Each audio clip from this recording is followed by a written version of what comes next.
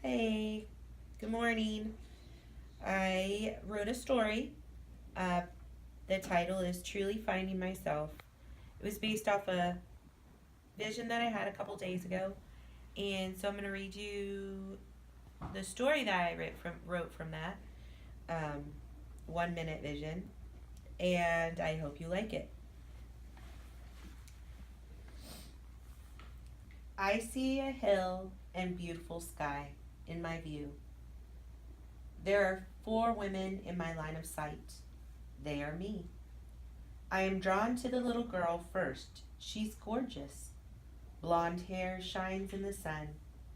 It is pulled back, and her face is ravishing. So joyful, so soulful, so exceedingly lovely. Soft bangs brush her flawless complexion. Bright green eyes sparkle with mischievousness. Gazing into them draws one deeply into joy, incessant joy. She smiles, and a glow permeates my soul. She is truly happy. She glances at me, and I feel love. It pours out of her being as if it's the sunlight. Warmth, so wonderful it seeps into the cold, dark parts. She giggles. She knows me and is excited for my discovery of her completeness. Her dress, it's simply stunning. Pale pink, starched and pleated, swaying softly as she moves ever so slightly. I take her all in, the entire package. She radiates love in such a tangible pureness. Excitement bounces off me in waves. I realize she is pulsing with it, almost electric like. I bend down and I open my arms. She laughs and runs full force into them. Her heart hits me first before I touch her physically. Love hits me harder than I can comprehend. Spirals of acceptance and acknowledgement encircle my being. I drop to my knees, lost in love. She knows it all, but only love exists. Love, like a torrential downpour, pummels me continually as we touch. No reservations, no timidity, no shyness. Such happiness unravels my mind. Such longing, such fullness. There's no way to stay steady. She's breaking down every barrier with just one touch.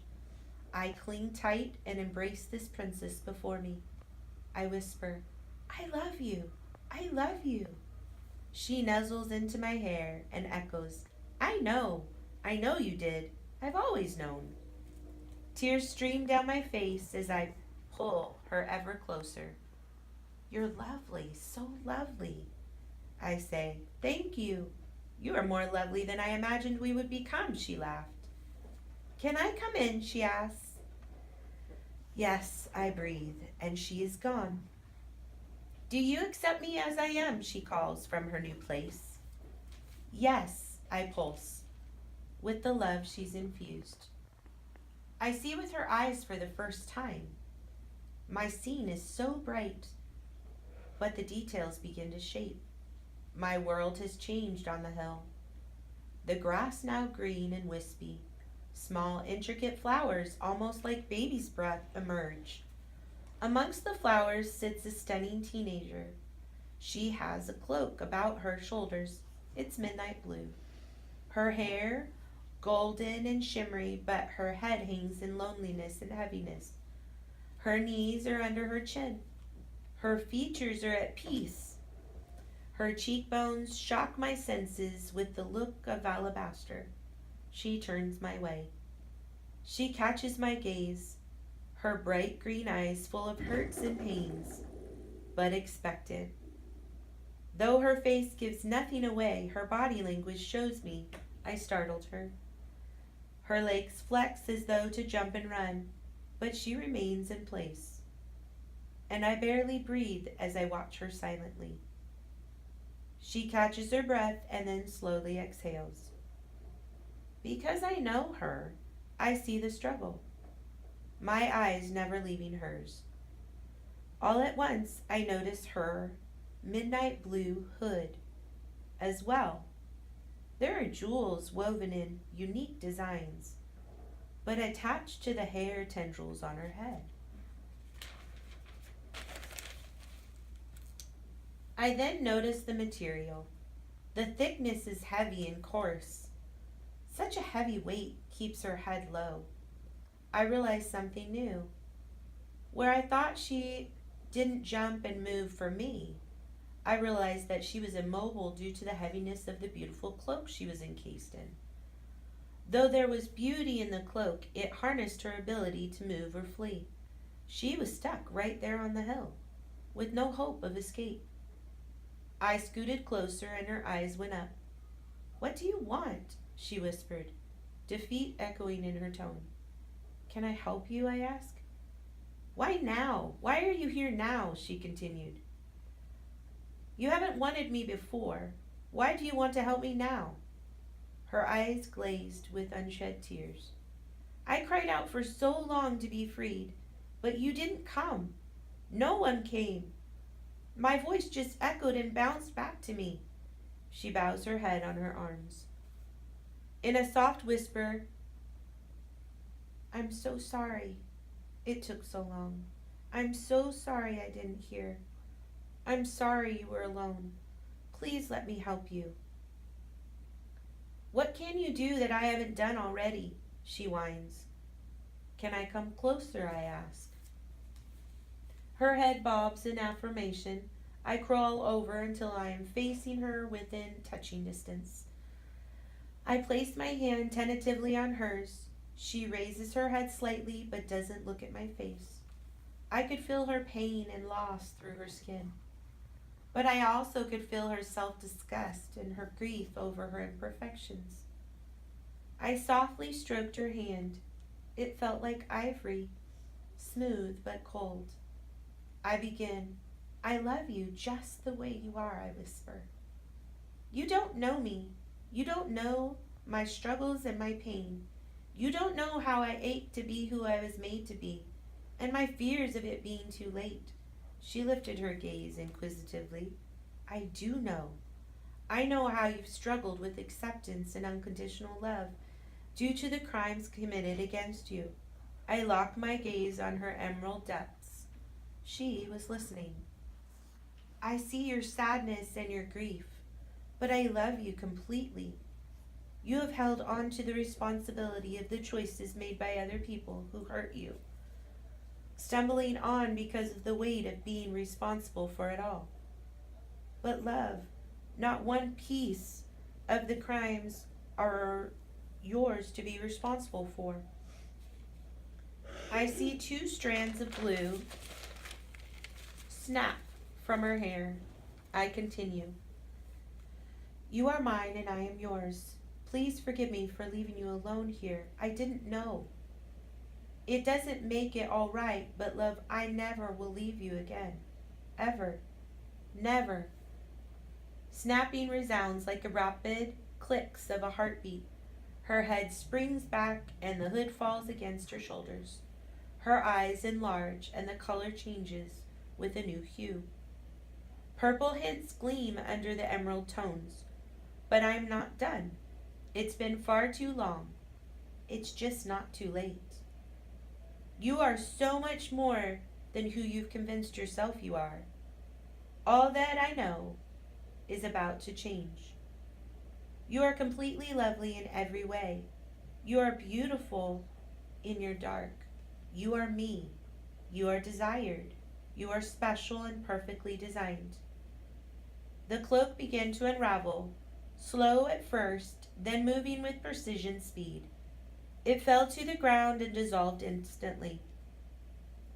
Her slender, feminine form illuminated clearly.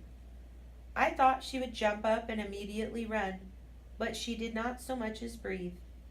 Her hand slowly came up and cupped my face. She felt different. I could feel passion and confidence, even approval, radiate through her skin. I looked deeper, and then I saw it. Love. Timid and reserved, hesitant and reluctant, but very deep. Such fullness. "Do you mean all you say?" she whispers. as if afraid of the answer. I want you and love you deeply more than I ever thought possible. I need your depths and your fullness to be complete. You are so precious to me. You are my princess, and I want to be yours always. Do you want to come in so you never have to be alone again? Yes, yes, yes, it's all I ever wanted, she cried, as she reached forward to embrace me. So gracious, so lovingly, such strength in her being. I embraced her as she disappeared. But she wasn't really gone. Neither of them were. I sat back on my knees and felt so different. I could feel them both. I clung tight to them both. I sat this way embracing the newness for quite some time. I heard his voice then, my eternal lover. Are you ready to continue, my love? I have more for you, he said. Yes, my love, I'm ready, I breathed. Not too far off, I saw a young adult woman. She looked similar to the other two, but held herself stiffly, gazing off in the distance at nothing that I could yet see. Her golden hair still shone with a golden glow, and her fairness had increased with time. Her features were soft, but her eyes had a new sharpness to them. They looked violently green. Her arms were wrapped around herself in comfort. She was dressed in a dress that was so simple it resembled a slip. No frills, no lace, just pale. Not exactly white, but not exactly beige. She brought her hand up to brush her hair, which hung below her shoulders behind her ear. She casually turned towards me. Her arms came down, and I saw her in clarity for the first time. The front of her dress slip was torn and frayed. Cuts and sores were on the insides of her arms. Bruises showed up on her once ivory skin. Scars were illuminated with a silver sheen. Her gaze, warm yet cold, was watching my reaction with hard calculation. My eyes widened and immediately teared up. Don't cry. It's not as if you didn't know. I did this, well, most of this, to myself. Don't be shocked. I'm not. It's just who I am, she stated matter-of-factly. And I don't need you. I don't need to be fixed. You cannot fix me, she enunciated, slowing down her words as if I was deaf or dumb. I was at a loss for words. I just stared. So beautiful, but yet so utterly devastated. I dropped to my knees, still staring into her eyes, just watching. Her eyebrows lifted with a look of disapproval. Possible scorn seeped out. She turned back and looked out in the distance. Do you see that? Those are my hopes and dreams. So unreachable, so unattainable. Not what I ever expected life to be like, that's for sure, she commented. She turned back towards me, and I see something new. The dress resembled the pale pink dress I'd seen before, but dull with time and tears from wear. So you're here to make peace, are you? Well, that sounds nice, to be at peace with oneself, but it's all a lie. I've tried and I've tried, it doesn't work. I've been here so long, trying to figure out how to get the unreachable things, but there's no use. Look at my feet. I've walked and walked, but it's always stayed so far out of reach. I dropped my gaze to her feet. They are dirty and blistered. So many sores and cuts. The cuts so deep they are oozing fluid. So I begin. I don't want to fix you, but can I wash your feet? I ask as I glance up. They won't hurt so bad if I can tend to them, I continue. She stares sternly at me, considering my offer. She slowly sits on the grass, feet outstretched in front of her. My eyes widen because the new view of her feet show me the true depths of her pain. Bandages and patches cover the bottoms of her feet, but all the wounds remain raw. I look around, and a basin of water appears with a plush towel that lands on my lap. A small vial of salve positioned on top. I move to her feet, and her eyes follow me warily. With extreme caution and care, I peel the makeshift bandages off one foot. I take the basin, I dip the towel in the water. The water is warm and soothing. It looks unlike anything I have ever encountered. I lift her foot and place it on my lap. I take the towel and softly wash this beautiful lady's foot. As I wash, she begins to relax, breathing deeply with relief. Once her foot is washed, I take the vial and pour some salve into my hands. I rub the salve into her skin. I hear her shudder and sharply inhale. I see her foot, every wound binding, sealing, healing. There are no scars, no lines, no leftovers, just clean new skin. I lean down and I drop a kiss on the top of her foot. She startles, but I continue to the next foot and repeat the entire process. I focused so much on washing her feet, I barely realized she had laid back in the grass and fallen asleep. I sat, holding her feet, watching her breathe in and out, but she remained asleep. I saw that beside me the basin had changed in shape and size, but was filled with new water, and a new towel was beside it. Another vial was on top, this one with a label. Forgiveness, it said. The towel was a little smaller, but it was just as soft and comforting. I looked at this beautiful one, knowing she was me, and that she needed to see love this way. I loved her scars, her cuts, her bruises. Nothing about her was unlovely. I didn't want to fix her, but I wanted to take care of her just how she was. So I began. I washed every bruise, every cut, every scar with water from the basin, and found that under each wound laid another. So I washed until I saw no more new wounds. Then I poured forgiveness in my hands and rubbed each wound, including all scars and all the scars upon scars. And then it happened, and I jumped quickly away. Each mark was changing, not disappearing, but changing. Golden words in such a font began to appear over where each mark had been. Worthy appeared where a gash had been on her wrist. Words continued to appear.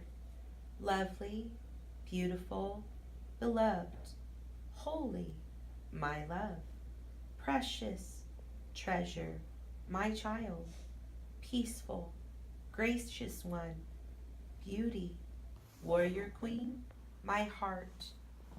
Words of endearment continued to surface on her skin, till not one space was left untouched. Her eyes fluttered and opened wide. She sat up quickly.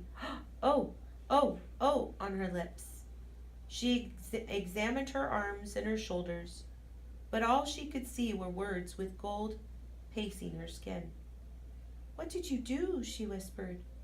I just loved you and forgave for you, I responded. Do you know I can feel each word as I read it?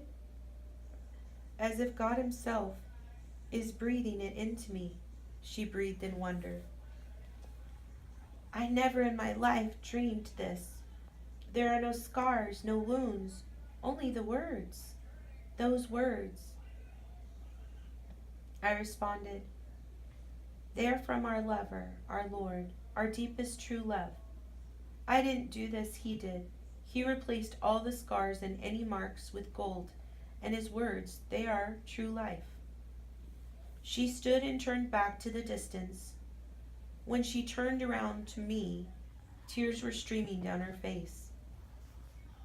In each rivet, etched was the word priceless on both sides. In such beauty it enhanced her already fair complexion. She reached for my hands. This is what I dreamed. This is what I wished. This is even what I prayed. This is beyond what I gave up hope for, she sobbed. I pulled her into my embrace, consoling her with soft strokes to her hair. Can I come in now? She gulped. I'm ready to be one and complete because I am perfect just as I am. I was made perfect. A smile formed slowly on her face that made the gold filigree sparkle and emanate true light. Yes, please come in. I love you. I've loved you from the beginning. I just didn't know it. She disappeared into me with a shimmer. Doubts immediately faded, disillusionment shattered. My heart soared as I felt the words etch into all of us. It was who we truly were, priceless. But in 1 second, the sky turned gray, and the grass shriveled up as I gazed at the hill again. I knew who and when I saw.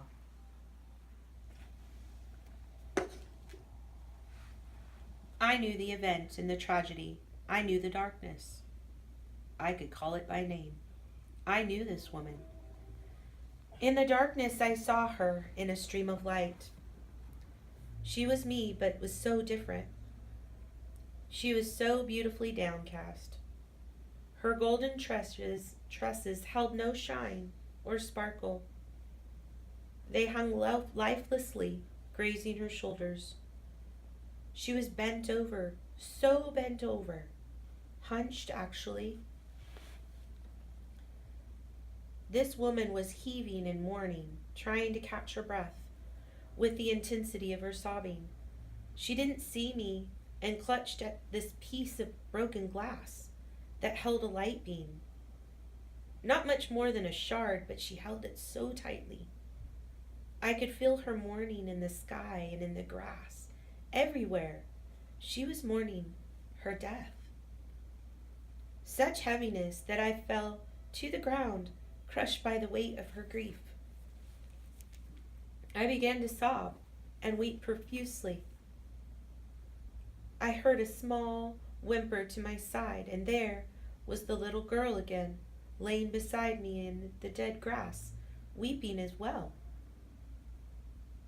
Then came the teen, curled up next to me as well in a fetal position, howling with grief.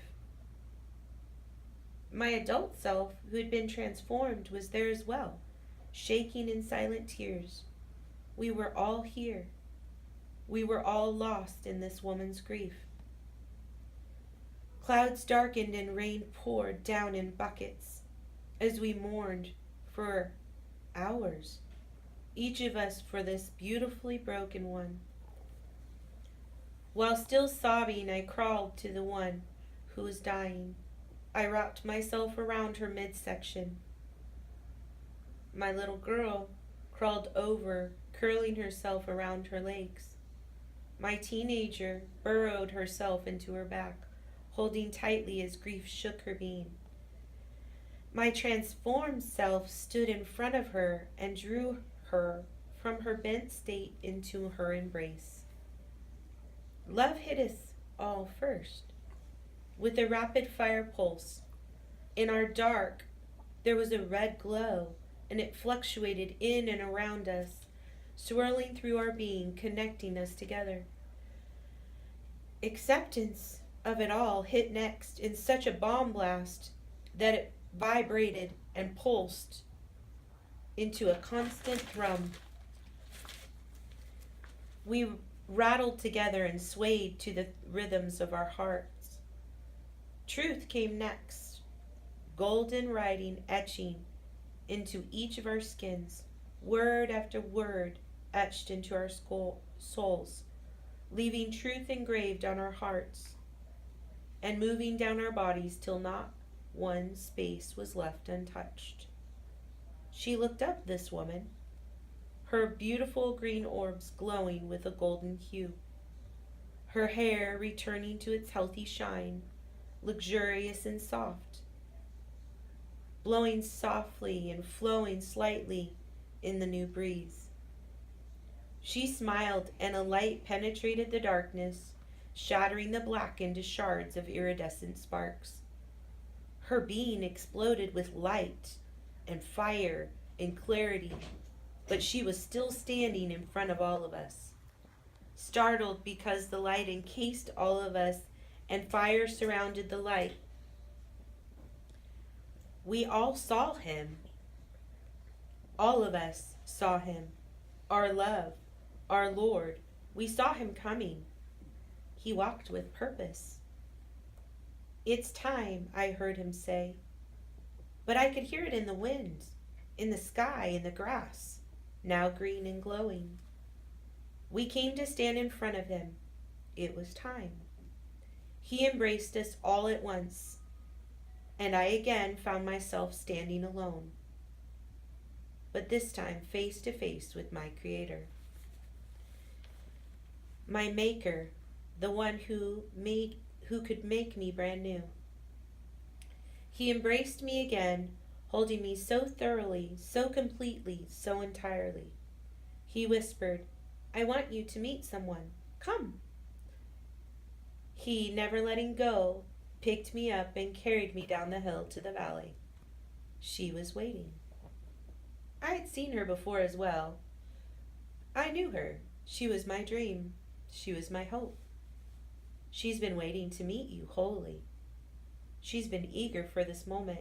He gestured towards her and she flowed my way.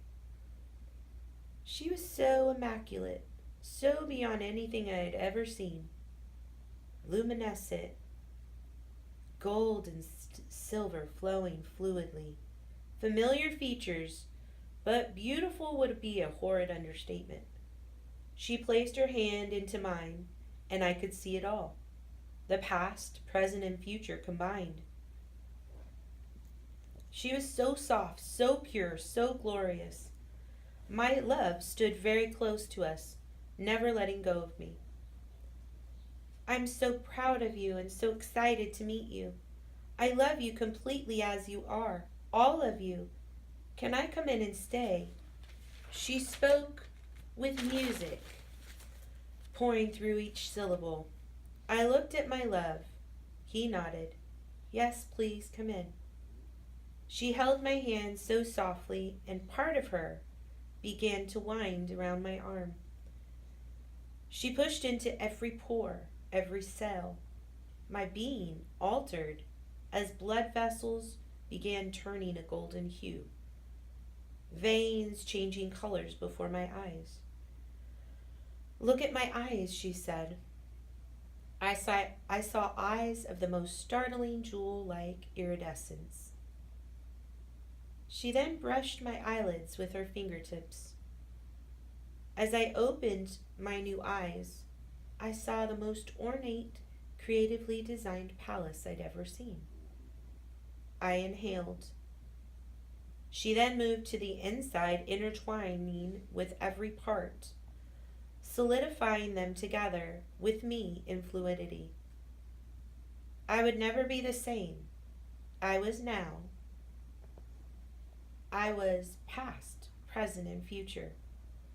I was truly who I was created to be. The end.